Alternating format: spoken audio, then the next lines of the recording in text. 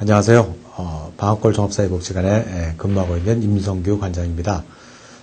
이번 강의 내용은 지역사회를 위한 자원봉사 내용입니다. 지역사회가 어떻게 구성되어 있고 지역사회가 또 어떻게 변화되고 있고 그래서 자원봉사는 지역사회의 변화를 위해서 어떻게 접근하고 어떤 식의 내용을 가져야 되는 것인지에 대해서 같이 한번 공부하는 시간을 갖도록 하겠습니다.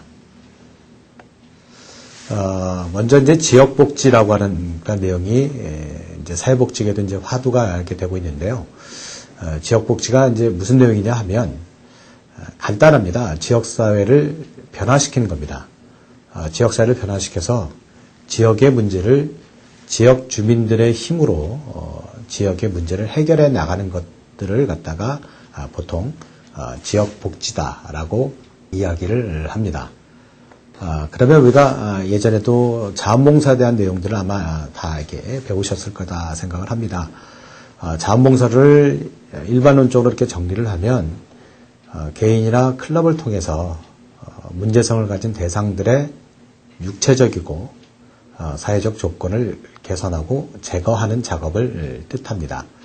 즉 모든 사람이 행복하게 살아가는 복지사회 실현을 위해서 자발적으로 반대급부 없이 참여 또는 협력하는 사람 또는 조직의 체계적 실천 노력 그 자체를 자원봉사다라고 정의할 수가 있다라는 겁니다.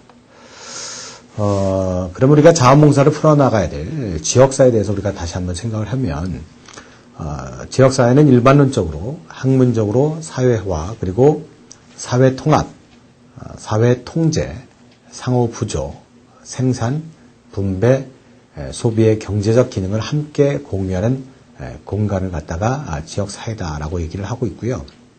지역사회를 보통 이제 크게 두 가지로 이렇게 나누는데 하나는 행정구역적인 의미로 지리적인 의미다라고 하는 겁니다. 이걸 갖다가 지리적인 지역사회다라고 얘기를 하는데 예를 들어서 지리적인 지역사회라고 하는 거는 우리가 보통 제가 이제 도봉구에서 태어나고 도봉구에서 자랐는데 그 도봉구에서 제가 태어나고 어린이집을 다닌다고 했을 때, 그 다음에 어린이집, 유치원, 그 다음에 초등학교, 중학교 대부분 그 동네에서 이렇게 자라지 않습니까? 그리고 특별하게 고등학교를 뭐 외고라든지 아니면 기타 뭐 실업고등학교를 가지 않는 한 그 지역을 벗어나지 않고 있는 것들, 그 바운더리를 갖다가 이제 지리적인 지역사회다라고 얘기를 하고요. 두 번째는 공동생활의 영역인데 이거는 이제 기능적인 지역사회다라고 얘기할 수가 있습니다. 이거는 우리가 이제 공동의 목표, 예를 들어서 우리가 생활의 목적을 두고 하는 직장 생활이라든지 학교 공부, 학교 생활을 얘기할 수가 있다 생각을 합니다. 이제 고등학교 이후에 이제 대학을 지나갈 때 자기네 동네를 벗어나게 되는 그리고 대중교통을 이용해서 직장을 이렇게 다니게 되는 이런 것들을 갖다가 이제 기능적인 지역사회다라고 할 수 있는데 이것들을 딱 이분법적으로 이렇게 구분하기가 쉽지 않다라고 하는 거죠. 왜냐하면 예를 들어서 제 집사람이 이제 우리 애가 이제 종민인데 종민이 엄마가 이제 직장을 다닌다고 했을 때 그 기능적인 지역사회를 담당하고 있으면서도 직장에서 돌아오면 동네에서는 지리적인 지역사회다라고 하는 거죠.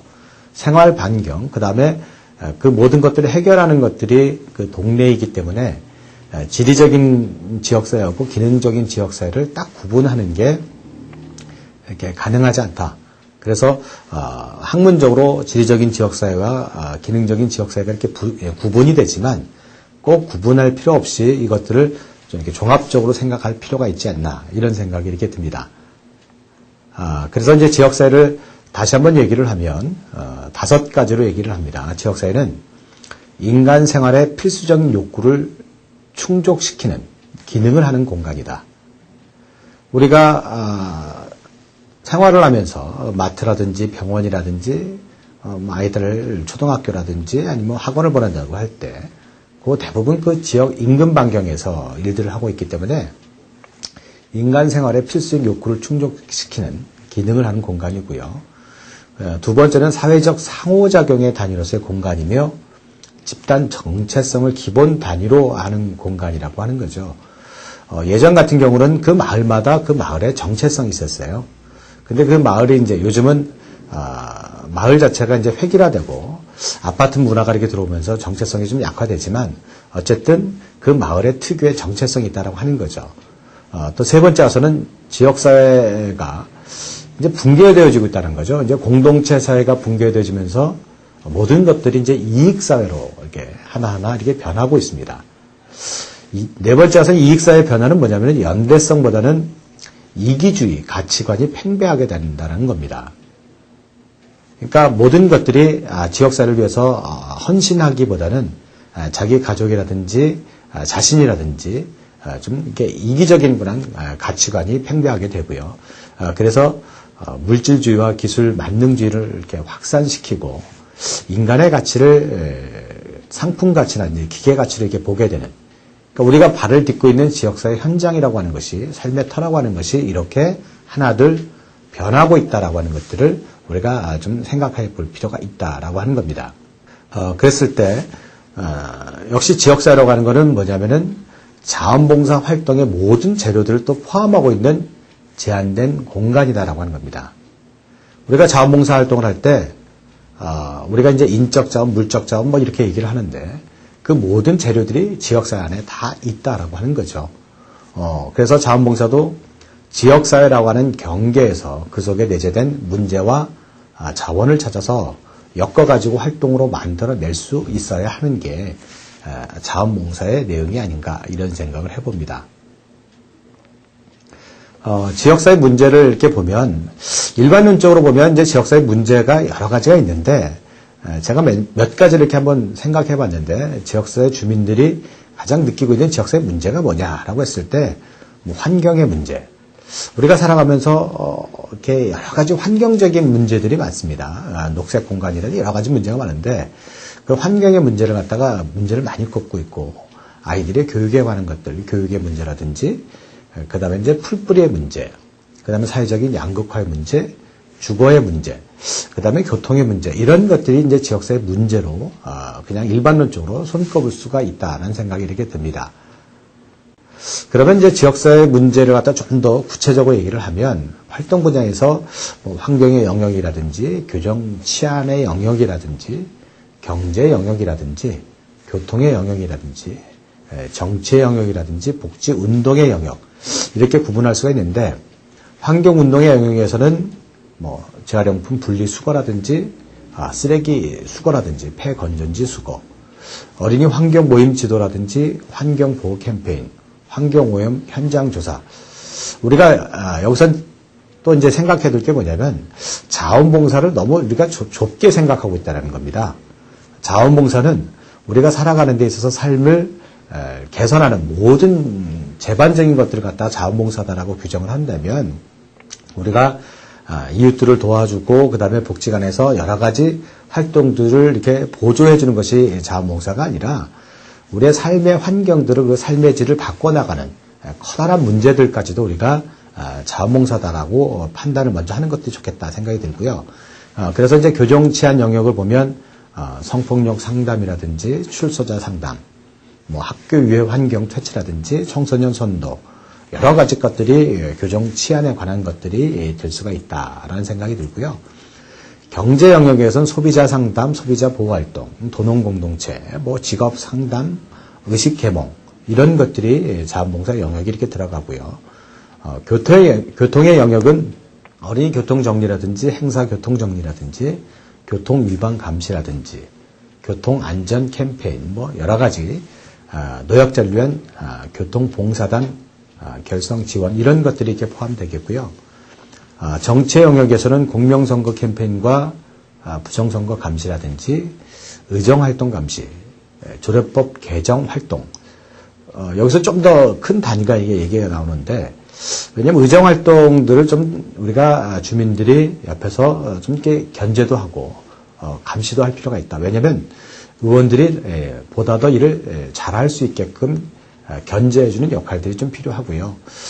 조례법 같은 경우는 이게 이제 조례를 제정할 때 보면 행정부에서 조례를 제정할 수가 있고, 그 다음에는 의원들이 조례를 이렇게 발의할 수가 있고, 이제 주민 발의가 있는데, 주민들이 조례를 이렇게 발의하는 것도 되게 필요하다라고 생각을 합니다. 예를 들어서, 조례 제정을 할 때, 저희 예전에 이제 저희 동네에서 어떤 일이 있었냐면, 급식 조례 활동들이 있었습니다. 뭐냐면, 아이들이 급식을 먹을 때, 안전한 먹거리들을 먹을 수 있는 조례를 만들자. 유기농 먹거리를 만드는 그런 조례를 만들자라고 해서 지역에서 주민들이 발의를 했던 것들이 있습니다. 이런 것들도 다 자원봉사의 영역에 다 들어간다고 하는 거죠. 그 다음에 복지운동의 영역도 문제 당사자를 발견하고 사회복지관과 연결해주는 작업이 되게 필요하다. 사회복지사들은 한정되어 있습니다. 그리고 사회복지사들의 업무가 행정적인 업무도 있고 사람들을 만나는 업무도 있지만 자원봉사자들이 동네 분들이 이렇게 다니면서 어려우신 분들을 발견하고 사회복지관과 이렇게 매칭을 시켜주는 작업 상당히 중요하다고 생각을 합니다.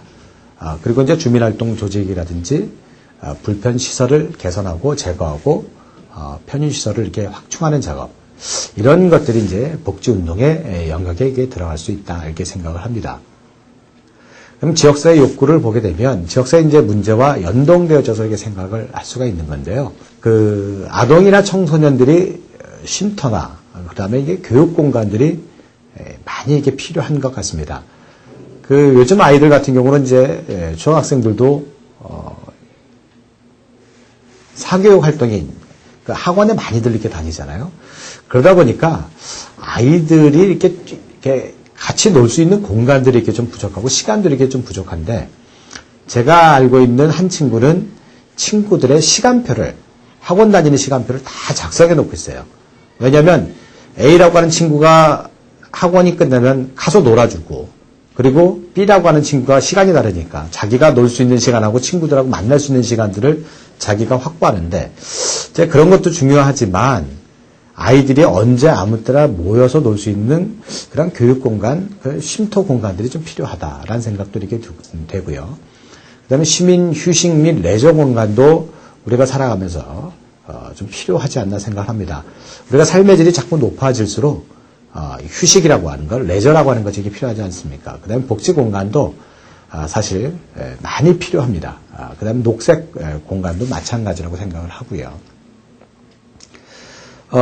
지역의 욕구에서 이렇게 또 보면 클라이언트의 욕구가 있는데 클라이언트 욕구는 이게 이례적인, 그다음 단선적인 그런 문제가 아니라 되게 복합되어 있다라는 생각이 듭니다. 예를 들어서 어르신들이 가지고 있는 욕구를 한번 봤을 때 가장 큰 문제가 뭘까 생각해 보면 첫째는 급식에 대한 욕구들이 많습니다. 어르신들이 경로식당이라든지 아니면 도시락 배달을 통해서 급식을 이렇게 먹어야 되는 그런 급식에 대한 욕구가 있고요. 두 번째 와서는 의료적인 욕구도 있고요. 세 번째 와서는 이제 주거 환경 개선에 대한 욕구가 있습니다. 그리고 네 번째 와서는 나들이에 대한 욕구, 그 다음에 문화적인 욕구. 그 어르신들이라고 해서 그 다음에 또 사회적 취약계층인 어려우신 분들이 욕구가 하나가 아니라고 하는 겁니다. 다들 이렇게 복합되어 있고 다들 여러 가지 욕구가 있는데 우리들은 대개 급식에 아니면 의료적인 것들에게 포커스를 맞추고 있기 때문에 어르신들이 좀 더 욕구에 대해서 좀 더 강하게 더 요구할 수도 있다는 생각을 합니다. 그랬을 때 지역복지란 딱 규정돼서 우리가 얘기를 한다라고 한다면 지역 주민들의 힘으로 지역사회를 변화시키는 것, 이것이 간결하게 얘기하면 이제 지역복지다라고 얘기를 할 수가 있고요. 이것들을 갖다 가장 중요한 키워드가 뭐냐라고 했을 때 주민 조직이고요. 그 다음에 인파워먼트라고 하는 것은 권한을 부여하고 능력을 향상시켜서 그분들 스스로가 일들을 처리해 나가는 것들을 갖다가 인파워먼트라고 할 수가 있죠. 그리고 이것은 반드시 네트워크가 이렇게 되어야 된다. 그래야지만 지역사회 변화라고 하는 것이 보다 더 효과적으로 접근할 수 있다라는 생각을 합니다. 그래서 이제 그 키워드를 풀어갈 때 지역사회 조직이라는 것들이 뭐냐라고 했을 때 지역사회 조직이라고 하는 것은 개인이나 집단, 이웃이 사회적 복리를 향상시키기 위해서 지역사회 수준에서 전개되는 일련의 활동, 공공과 민간의 사회복지 기관의 전문 사회복지사라든지 자원봉사자들에서 수행되고 보다 조직적이고 추구하는 변화에 대해서 의도적이고 계획적인 그리고 과학적인 지식과 기술을 사용하는 것이 지역사회 주민조직의 가장 원론적인 얘기다라고 할 수가 있습니다. 그리고 지역사회 주민조직에 대해서 이제 로스라고 하는 사람은 이제 이런 얘기를 합니다. 지역사회 조직이란 지역사회가 충족되지 않은 욕구나 달성하고자 하는 목표를 찾아내고 거기에서 이들에 대한 순위를 정하고 정해진 순서에 따라서 욕구 충족이나 달성하고자 하는 의지를 고양시켜서 실제적인 실천을 하도록 하는 과정, 즉 지역사회에 대해서 협력적이고 협동적인 태도와 문제 해결 실천 능력을 증대 발전시키는 과정을 갖다가 지역사회 주민 조직이다라고 얘기할 수가 있습니다. 또 하나의 키워드는 이제 인파워먼트인데 제가 여기다 이제 그림을 일부러 2006년도에 월드컵 그 빨간 옷을 입고 입은 그런 우리들 응원하는 사진들을 이렇게 잡았습니다. 우리는 매년 월드컵 할 때마다 우리의 시민들이 인파워먼트 되지 않습니까? 모두들 빨간 옷을 입고 나가서 월드컵 응원을 할 때 보면 모두들 사람들이 자기 능력 이상의 응원들을 하는 것들을 봅니다. 이 얘기는 뭐냐면 더 이상 주민을 서비스의 대상자로만 보는 것이 아니라 복지의 한 주체로 세우는 작업이 필요하다. 그러기 위해선 지역 주민들의 정확한 욕구 파악을 해야 되고요. 그리고 함께 지역의 문제를 파악하고 이를 해결할 주민들을 접촉하거나 모집을 통해서 교육 훈련을 통해서 자주적으로 설 수 있게 하는 그런 과정들이 인파워먼트다라고 얘기를 합니다. 그러면 지역사회 변화를 위해서는 제가 생각할 때는 복지기관이나 지역사회 NGO나 그리고 자원봉사 그룹들이 한데 힘을 모아야 된다라는 생각을 합니다. 이건 뭐냐면 지역 주민들의 삶의 질 향상을 위해서나 반드시 네트워크를 형성해야 된다. 그래서 그게 힘이 생기고 그 힘은 바로 지역사회 변화의 동력이 된다라고 하는 거죠. 그러니까 지역 주민의 삶의 질이라고 하는 것이 우리가 단순 서비스를 그리고 단순 자원봉사를 통해서 이루어지는 것이 아니라 여러 가지가 있죠. 아까도 설명했던 조례제정이라든지 복지 예산이라든지 뭐 참여복지라든지 이런 것들을 자꾸 우리가 주체적으로 참여를 통해서 네트워크를 통해서 그 힘을 모아나가는 작업들이 지역사회 변화를 만들어갈 수가 있다라고 하는 겁니다. 또 하나 이제 네트워크라고 하는 건데요. 제가 이제 그림을 보면 어르신들이 있습니다. 어르신들이 이제 한 축에서는 이제 경쟁 사회가 이루어지고요. 또 한 축에서는 이제 관계 단절이 이렇게 됩니다. 그리고 이것은 결국 소외가 되고 이것은 결국 불행한 사건들이 일어나게 되죠. 사실 요즘은 경쟁 사회가 되게 심하지 않습니까? 중학교서부터 초등학교, 고등학교 다 경쟁 사회입니다. 직장에서도 그리고 우리가 이야기하는 뭐 공무원 사회에서도 다 경쟁 사회죠. 경쟁을 치열하게 하다 보면 관계가 단절되지 않습니까? 관계가 이렇게 단절되다 보면 서로가 소외가 되고 서로가 이게 불행하게 되는데 참 이런 것들이 결국은 관계망들이 이어지지 않았기 때문에 그러니까 네트워크가 안 됐기 때문에 불행하다라고 저희들은 이제 저는 이렇게 생각하는 겁니다. 그래서 네트워크를 설명할 때 연계망이다라고 할 수 있고 네트워크는 명사로는 실이나 와이어나 이렇게 그물망 같은 것들을 얘기할 수가 있고요. 뭐 동사로는 뭐 그물이나 라디오 또는 텔레비전 방송망을 통해서 이렇게 동시에 방송하는 것들을 갖다가 네트워크다라고 이게 사전적인 의미로 이렇게 볼 수가 있습니다. 그리고 네트워크는 공유된 목적을 성취하고 사회적 목표들을 이행하기 위해서 개인이나 조직 및 기관 간에 상호작용하고 자원을 교환하는 사회적 체계라고 하는 겁니다. 네트워크는 참여 구성원 간에게 갈등을 해결할 수 있는 새로운 구조와 체계를 이렇게 제공해 주는 게 네트워크다라고 할 수 있습니다. 네트워크는 제가 이제 그 화면을 이렇게 보면요. 네 가지로 얘기를 합니다. 첫째로는 네트워크는 상호작용하는 집합적 노력을 통한 소통이다. 네트워크 과정은 이제 소통이다라고 하는 겁니다. 커뮤니케이션이다라고 하는 거죠. 두 번째는 소통의 커뮤니케이션은 지역사회 혹은 공동체를 의미하는 커뮤니티하고 커뮤니티 등도 이렇게 동일한 어원을 가지고 있다라고 하는 겁니다. 그리고 세 번째 네트워크는 결과가 아니라 끊임없는 소통이다라고 하는 겁니다. 소통의 과정이고 지속적인 소통을 통해서 네트워크가 형성이 된다. 그런데 이제 제일 중요한 건 뭐냐면 네트워크의 궁극적인 지향점은 뭐냐? 바로 지역사회 공동체라고 하는 것들을 가장 우리가 중요하게 생각을 해야 된다라고 하는 겁니다. 많은 사람들이 네트워크를 이렇게 가지고 있습니다. 아마 이렇게 지금 강의를 이렇게 듣고 계신 분들도 가만히 생각하면 주변에 자신과 연결되어 있는 많은 분들이 있을 겁니다. 이제 그게 다 이제 네트워크라고 이렇게 할 수가 있죠. 근데 그 네트워크가 어떤 것들을 지향하고 있느냐? 뭐 자신들의 뭐 레저라든지 아니면 문화라든지 이익을 위해서 진행을 된다라고 했을 때 이거 어떻게 보면 지역사회를 위한 네트워크는 아니다. 왜냐하면 지역사회 네트워크의 지향점은 바로 지역사회 공동체를 위하는 거다라는 생각이 들고요. 화면을 보시면 이제 제가 만화를 이렇게 소개를 했어요. 그 만화를 이렇게 보게 되면 요즘 김장철입니다. 김장철인데 많은 분들, 많은 복지관에서도 이런 생각을 합니다. 독거노인 60세대에 5포기씩 나눠드려야 되는데 그러면 한 300포기는 된다.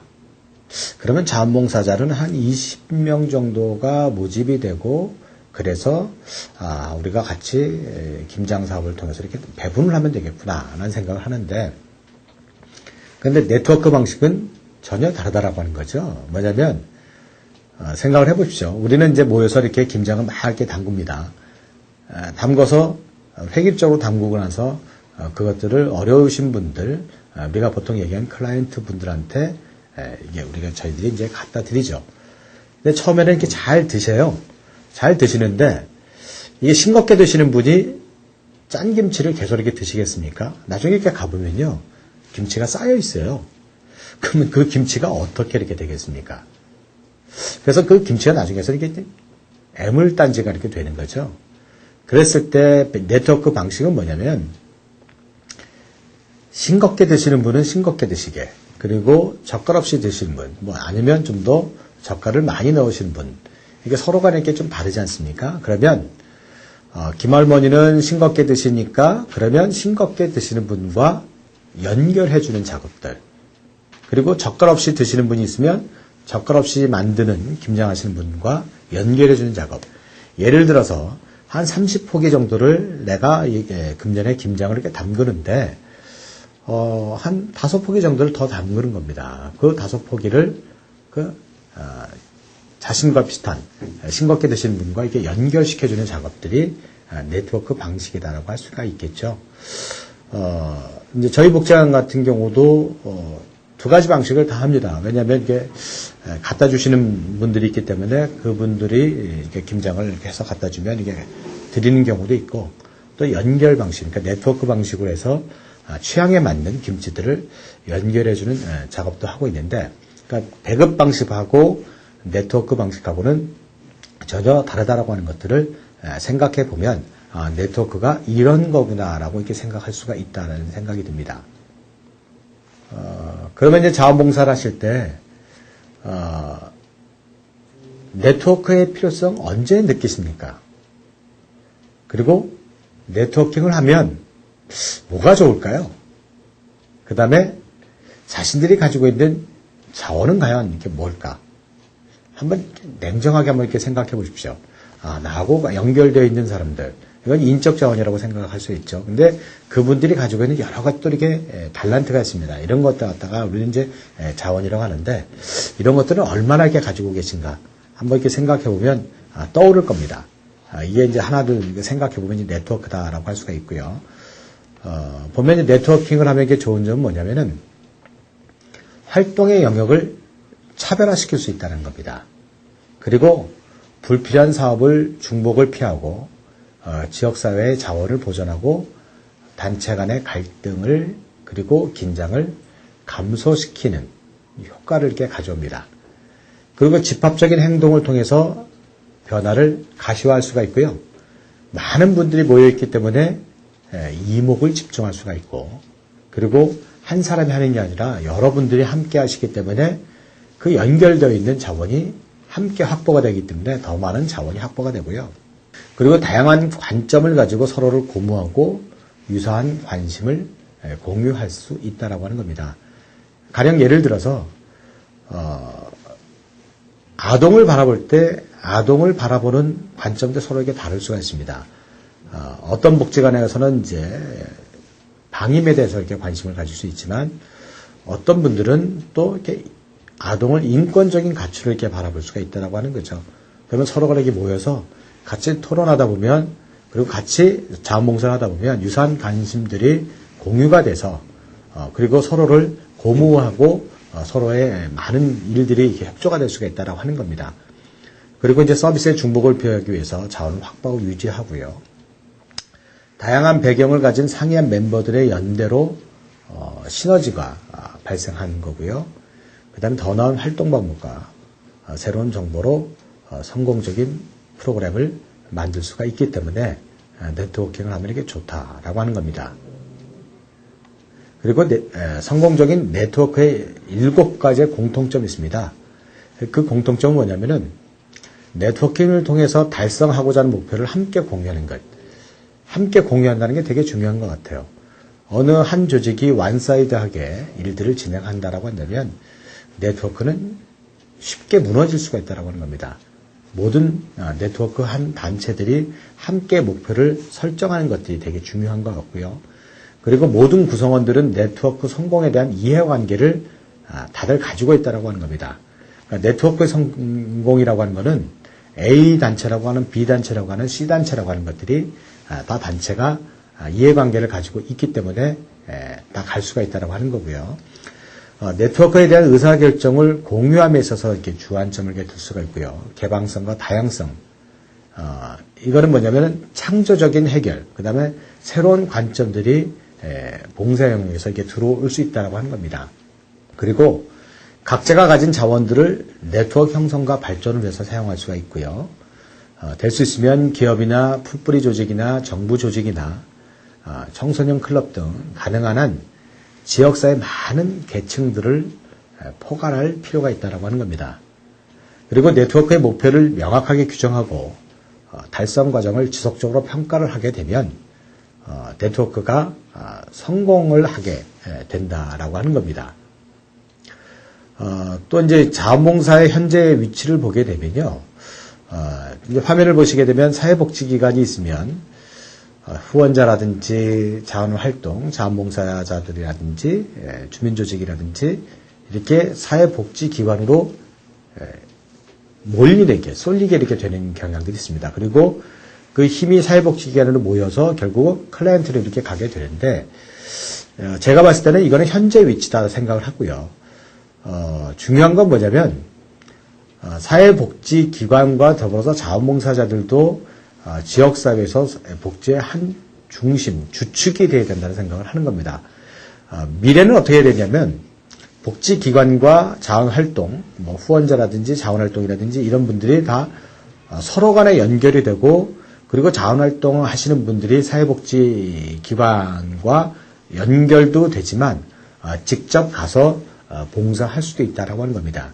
여기서 중요한 건 뭐냐면 자원봉사도 인파워먼트가 돼서 사회복지기관과 더불어서 지역사회에서 복지의 한 주체가 되는 게 상당히 중요하다라고 하는 겁니다. 그랬을 때 지역사회 내에서 그럼 자원봉사, 그 지역사회를 변화시키는 자원봉사라는 게 뭘까라는 생각이 드는데요.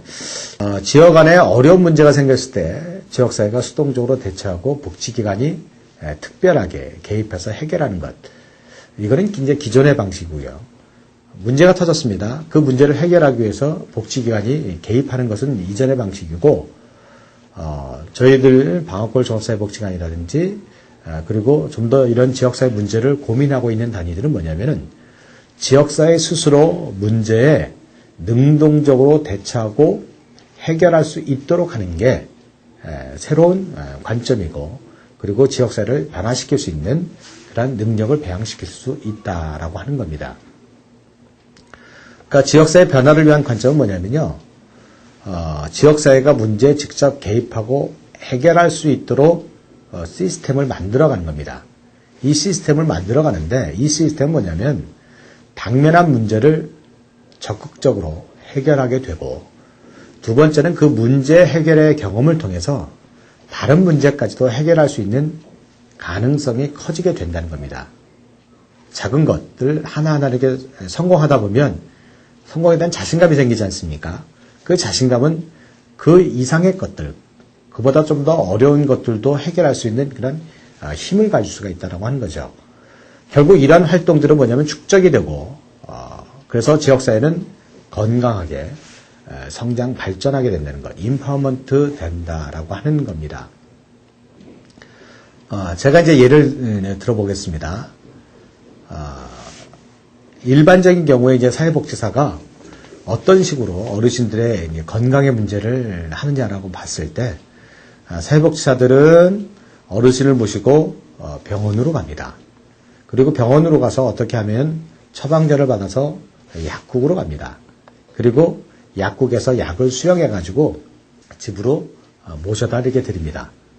근데 예를 들어서 병원에 손님들이 많았을 경우, 그리고 약국에 손님들이 많았을 경우 어떻게 합니까?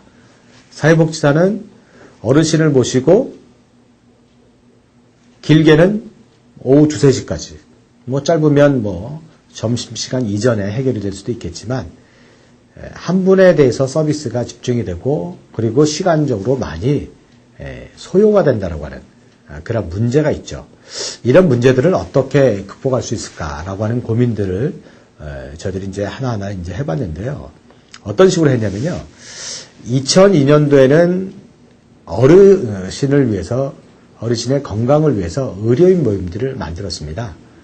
동네 의료인들인데, 의료인들이 한 15분 정도, 의사, 약사, 한의사, 이렇게 15분 정도가 이렇게 모이고요.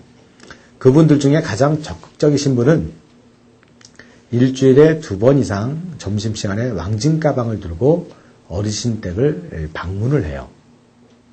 그리고 부득이하게 병원 문을 이렇게 닫지 못하신 그런 의료인들은 어떻게 하냐면 어르신들이 아무 때나 병원에 올 수 있게 해줍니다. 그리고 의료인 모임에서 처방전들은 약사들한테 토스해 줍니다. 이렇게 전달을 해주면 약사들은 그 약을 지어가지고 저희 복지관에다 이렇게 갖다 드려요. 갖다 주는데 그 약을 갖다가 어르신들은 지나가시다가 아니면 왕진을 이렇게 받고 나서 아무 때나 이렇게 지나가시다가 오셔가지고 약을 받아가시기도 하고요. 그리고 어떤 경우에는 이제 몸이 불편하면 저희들을 이제 자원봉사자를 통해서 이렇게 갖다 드리기도 합니다. 아까 같은 방식으로 했으면은 한 분의 건강을 위해서 사회복지사가 이렇게 집중이 되는 반면에 그 의료인 모임을 통해서 결국은 지역사회 문제를 어르신과 함께, 그리고 사회복지사와 함께 의료인 모임들이 함께 풀어간다라고 하는 거죠. 근데 2003년이 되면서 저희들도 이제 고민이 생겼습니다. 어떤 고민이 생겼냐면 어르신들이 언제 어느 때 무슨 일이 생길지 모르잖아요. 요즘 이제 신문지상에 보면 옆집에 어르신이 이제 사고가 났는데 뭐 몇 달이 지나서 며칠이 지나서 이런 것들이 다반사이지 않습니까? 그래서 저희들 고민은 일주일에 2회 이상 가정 방문할 수 있는 그런 주부들이 좀 필요하지 않냐라고 해서 참여 나눔 가족 모임인 섬기는 사람들의 모임을 조직을 해서 의사나 약사나 그다음 간호사 이런 분들한테 응급처치 교육을 배워서 일주일에 2회 이상 가정 방문을 이렇게 시켰습니다. 그러니까 이분들이 가서 어르신들한테 말동무도 되기도 하고 집안일을 이렇게 정리도 해주기도 하죠. 그러면서 이 2003년도 말, 2004년도 들어서면서 또 저희들 고민이 생겼습니다. 어떤 고민이냐면요. 그 어르신들이 허리가 안 좋고 몸이 안 좋은데 아마 이제 강의를 들으시는 이제 분들도 아마 어르신 댁에 이렇게 한번 가보셨을 거예요. 어르신 댁에 들어가면 공통적으로 느끼는 게 뭡니까? 냄새가 아주 그냥 귀한 그 어르신들 냄새가 나지 않습니까? 그리고 그 공간들이 저희 동네 어르신들 공간들을 가보게 되면 대부분 이게 지하로 이렇게 되어 있습니다. 지하에 이게 방으로 빼는 게 아니라 그 집을 지을 때 창고 같은 그런 공간으로 만들었다가 이걸 갖다가 나중에 이제 방으로 꾸며가지고 어르신들한테 이렇게 임대를 해주는 그런 경향들이 있는데 그러한 집들, 그러니까 지하 공간이다 보니까 눅눅하죠. 그리고 어르신들이 허리가 안 좋은데 형광등 갈기도 힘들죠. 도배장판은 물론이고 여러 가지 문제가 생기죠. 그랬을 때 어떻게 했냐면 아버지들 중에서 기술을 가진 전문가들의 모임들을 만들었습니다. 그래서 저희들은 이제 도욱이라고 하는 그런 이름을 이렇게 만들었는데 이분들은 2004년도부터 한 달에 한 가정을 선택해서 집수리를 해주기 시작했습니다. 아까 같은 방식과 지금의 방식과 엄청난 차이가 있지 않습니까? 그러니까 지역사회 문제를 함께 풀어간다고 했을 때 그러니까 사회복지사가 어르신을 모시고 왔다 갔다 하고 이렇게 병원과 약국을 왔다 갔다 하고 이렇게 모셔다 드리는 것하고 지역의 주민들과 만나서 지역의 문제를 함께 고민하고 이분들이 주체가 돼서 그리고 어르신을 위해서 이렇게 자원봉사를 한다고 했을 때는 지역사회가 얼마나 이렇게 건강하게 이렇게 변하느냐 이거죠. 그러니까 저희가 보통 이렇게 생각을 해도 저희 복지관에 한 10개 정도 케이스가 의뢰가 이렇게 되면요. 한 2개 정도는 사실 이제 사회복지사의 전문가적인 개입이 이렇게 좀 필요한 거고, 나머지 8개 정도는, 8개 케이스 정도는 지역사회 관계망이라든지 지역사회 이런 네트워크를 통해서 얼마든지 해결할 수 있다라고 하는 겁니다. 그러니까 지역사회에서 사회복지사만이 사회복지를 전담하는 게 아니라 지역사회에서 주민들이 자원봉사를 통해서 지역사회를 함께 변화시킬 수 있는 것들이 있다라고 하는 것들을 제가 단적으로 이렇게 설명을 한 겁니다. 그랬을 때 어르신들의 보호 체계도를 이렇게 보게 되면 1차 지원망은 가족 모임이 정기 방문 활동을 하고 건강 문제를 예방을 하고요. 2차 지원망은 의료인 모임이 다양한 의료적 지원을 하고 가족 모임을 이렇게 자문을 하고요. 3차 지원망은 전문 지원 모임이 건강 해양 요소들을 이렇게 제거를 하고 쾌적한 주거 환경을 확보하고요. 장기 순회 점검을 하는 것들이 이게 어르신들의 보호 체계도가 이렇게 되겠습니다. 이 사진을 보게 되면 이제 의료인 모임이에요.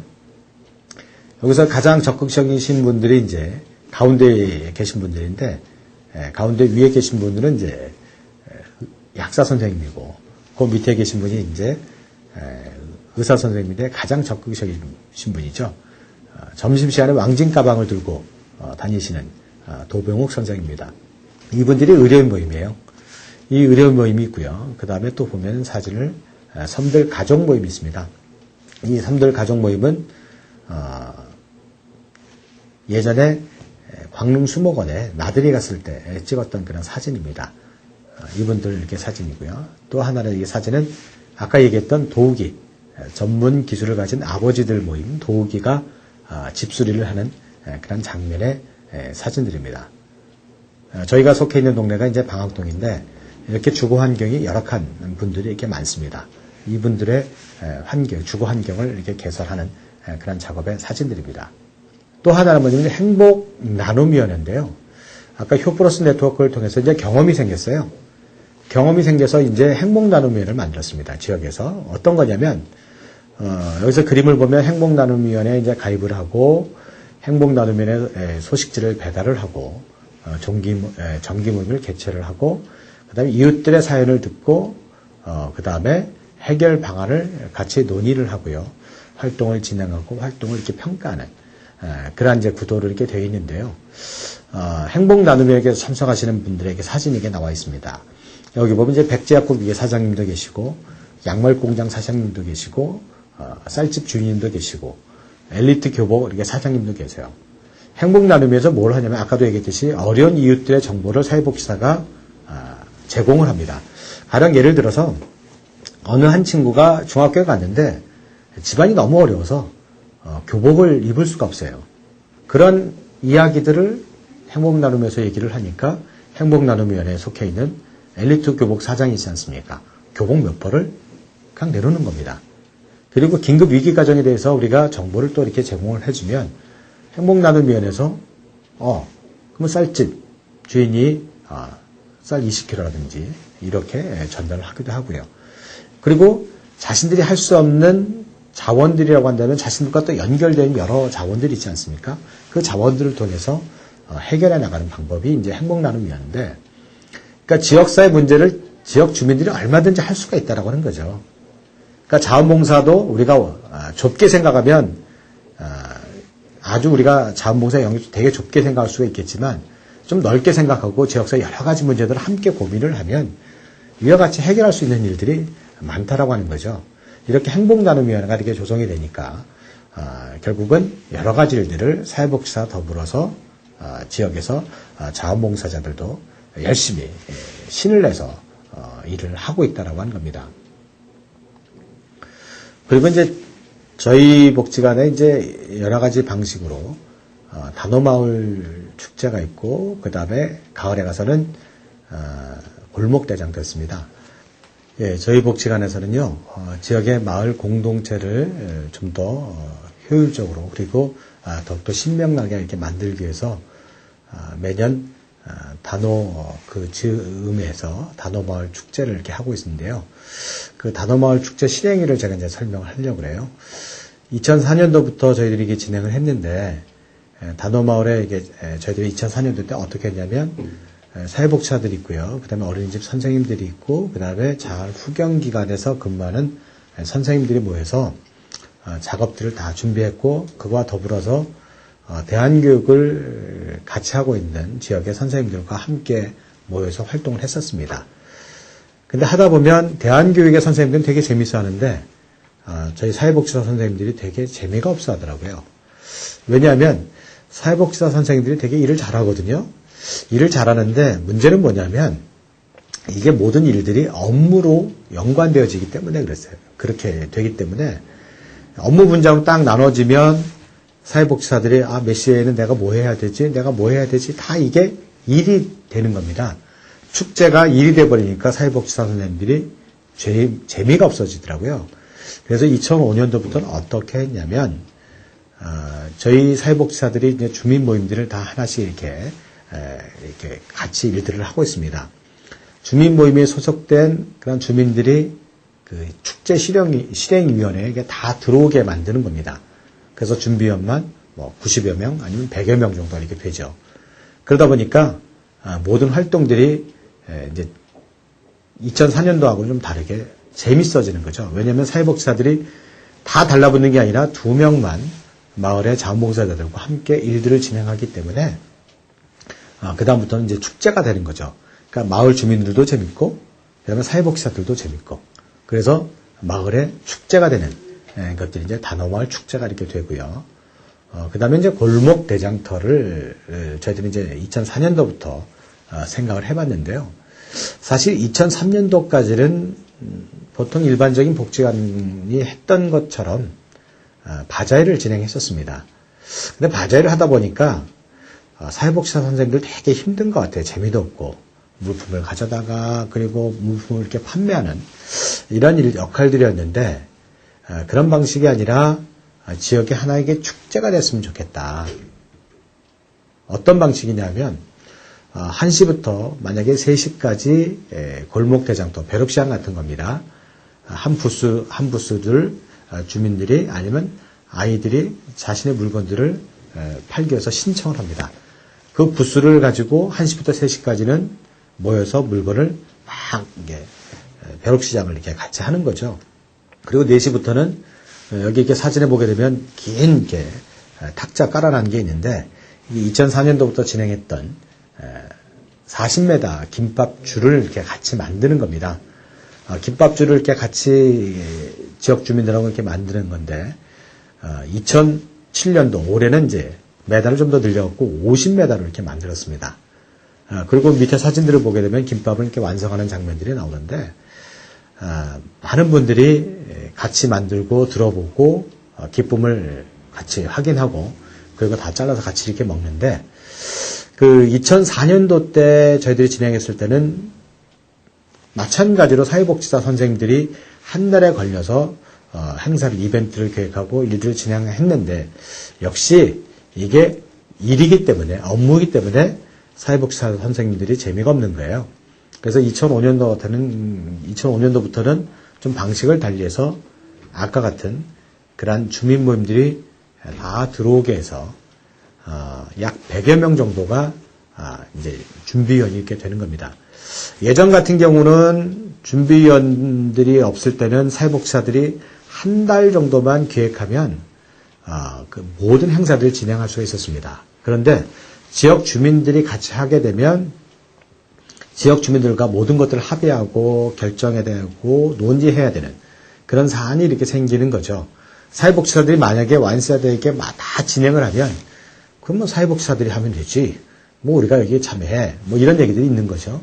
그래서 3달이라고 하는 과정 속에서 모든 분들이 같이 합의하고 결정하는, 그리고 민주적 절차를 같이 해야지만 주민들이 주인의식을 갖게 되더라고요. 그래서 골목대장터가 그 다음부터는 지역의 축제로서 아주 자리를 이렇게 잡게 된 거죠. 가을에 한번 저희 동네 한번 와보십시오. 되게 재밌습니다.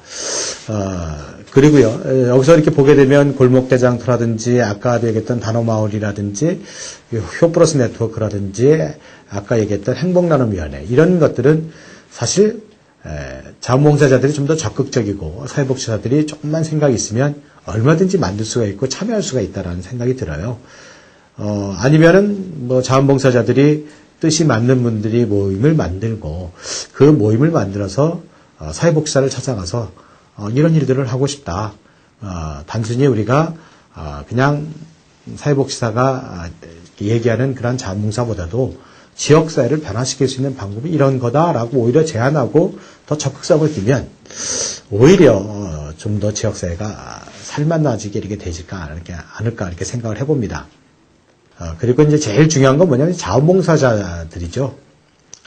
자원봉사자들은 이제 어떻게 하면 지역의 문제를 좀 바라볼 수 있을까 생각을 해보면요. 자원봉사를 좀 좁게 보는 게 아니라 자신이 속한 지역사회 문제를 해결하기 위해서는 길게 그리고 여유 있게 대처할 수 있는 능력이 필요하다라는 것이 제 생각입니다. 왜냐하면 지역사회 문제라고 하는 건요, 금방금방 해결이 안 됩니다. 그 지역사회 문제를 해결하기 위해서는요, 3년이라는 세월, 이것도 짧은 겁니다. 아니면 5년, 6년, 7년 이렇게 길게 이렇게 간다라고 하는 것들 유념해야 될 필요가 있고요. 두 번째는 그 주민 참여와 그다음에 주민 네트워크로 주민들을 주체화시키고 역량 강화시킬 수 있는 자신이 능력을 가지고 있어야 된다. 왜냐하면 자신이 능력이 배양이 되면 다른 분들도 모셔다가 그런 모임들을 만들 필요가 있지 않습니까? 그러기 위해서는 자꾸 자신들도 능력이 배양될 필요가 있다고 하는 거고요. 그 다음에 자신들을 통해서 지역사회를 변화시킬 수 있는 확신과 자긍심을 좀 가지고 있어야 되는 겁니다. 내가 작은 일을 합니다. 그렇지만 이 작은 일들이 그 작은 일로 끝나는 게 아니라 지역사회 전체를 변화시키고 지역사회가 변화가 되면 어떻게 됐습니까? 지역사회가 공동체가 되고 지역사회가 좀 더 살맛이 나는 그런 지역사회가 된다는 겁니다. 네 번째들은 자신들이 아닌 다른 단체와의 네트워크를 가질 적극적 자세를 가지고 있어야 된다. 왜냐하면 우리가 가지고 있는 그런 단체가 아니면 우리 자원봉사하는 그룹들이 좀 더 다른 단체들과의 힘을 좀 모으고 연대도 하고 이런 적극적인 자세를 가지고 있어야만 지역사회를 하나, 둘 변화시켜 갈 수가 있다라고 하는 겁니다. 오늘 강의를 통해서 가장 중요한 것은 뭐냐면 지역사회 문제는 지역이 그 지역사회 주민들이 지역의 주체로 돼야 되고 그 지역의 주체로서 지역을 변화시키고 지역사회를 공동체로 만들어가는 것들이 필요한데, 그러니까 자원봉사를 좀 더 좁게 생각하는 것이 아니라 자원봉사를 좀 더 크게, 그래서 지역에서 이제 문제들을 파악하고 문제를 해결할 수 있는 능력을 배양시키는 것들이 가장 중요하다. 그래서 가장 중요한 키워드는 주민조직이라든지 그 다음에 인파워먼트라든지 네트워크라고 하는 것들을 우리가 좀 생각하고 좀 더 학습하고 이것들을 지역사회에서 우리가 실천할 수 있는 능력들을 자꾸 배양하면 지역사회가 분명 달라질 겁니다. 지역사회가 달라지면 어떻게 되겠습니까? 우리가 살고 있는 우리의 이웃들과 우리 자신들이 같이 행복한 지역사회로 만들어 나갈 수 있을 것이다라는 생각이 듭니다. 여러분들의 참여로, 여러분들의 자원봉사로 지역사회는 분명 변화됩니다. 그 지역사회 변화는 결국 지역의 공동체를 정말 살맛나게 이렇게 만들어가고, 그래서 많은 분들이 너와 나와 우리 모두가 행복한 지역으로 바꿔나가는 그런 여러분들이 되셨으면 좋겠다 생각합니다. 감사합니다.